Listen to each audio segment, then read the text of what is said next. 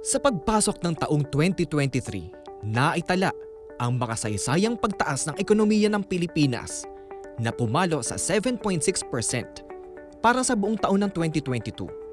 Ito ang pinakamataas na nakamit sa loob ng 46 na taon. Patunay ito sa masigasig na pagtatrabaho ng Administrasyong Marcos upang maibsan ang patuloy na pagtaas ng presyo ng mga bilihin sa pandaigdigang merkado na siya ring magsisilbing pangontra sa naitalang 8.7% inflation rate ng bansa nitong buwan ng Enero.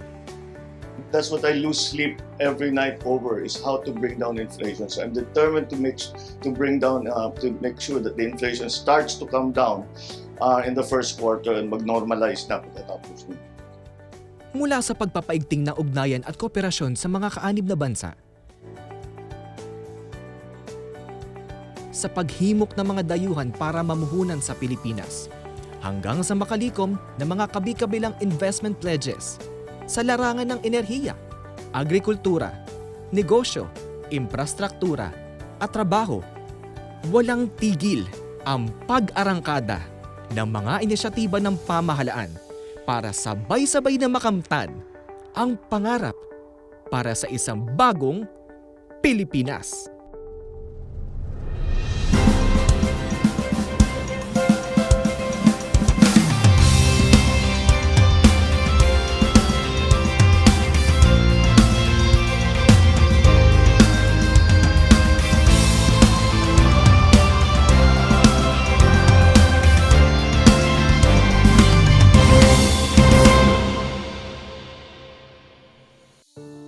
Hindi naiiba sa pandaigdigang ekonomiya ang nararanasang pagtaas ng mga presyo ng mga bilihin o ang paglobo ng inflation rate sa bansa.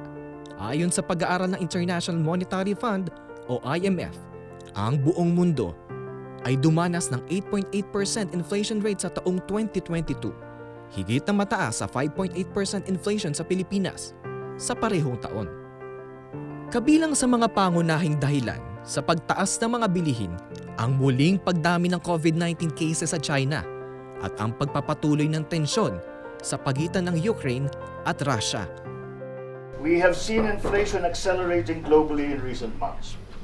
We have deployed a number of non-monetary issues to address high inflation, focused on a temporary relaxation of imports concerning various meats and grains. The government has intensified its measures to help improve local food production and help the agricultural sector to strengthen and quickly recover from the deterioration of the agricultural value chain. It's global inflation. It's not limited to certain countries only because everyone is feeling the pinch. Here in Belgium, of course, it's a reality that there is inflation. As of last month, the inflation rate here is around 10 to 11%.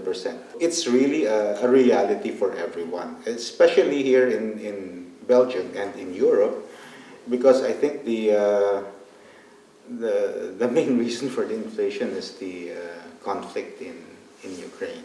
That affected a lot of things. Mostly, for here in Europe, mostly it's energy related.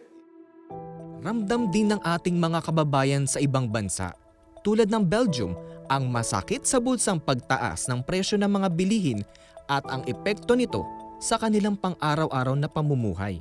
I think the two most important,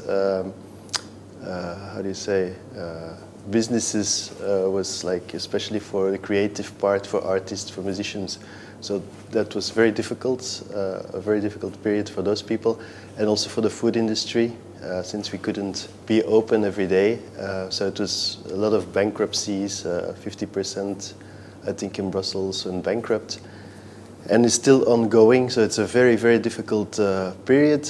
I think for me, for the business, we survived because we're quite creative. We do a lot of national, international caterings. Regarding personnel, of course, I am really affected. One in the Philippines. I have investment in the Philippines that I have to really give it up because I cannot cope up anymore. Bahay Kubo is the only one who is really, really affected dahil nga sa, tumaas ang bilihin, and then ang presyo ng mga menu namin hindi na kaya ng mga kliyente and they prefer to cook at home. Dahil, of course, sila rin hindi na nila ma-afford yung mga menu namin.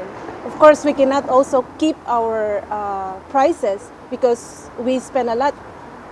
We buy our ingredients very high, so we have to put our menu high also. Maging ang bansang Japan na kinikilala bilang isa sa pinakamaunlad na ekonomiya sa rehiyong Asya ay nakakaranas din ng malalang epekto ng pandaigdigang pagtaas ng mga presyo ng bilihin.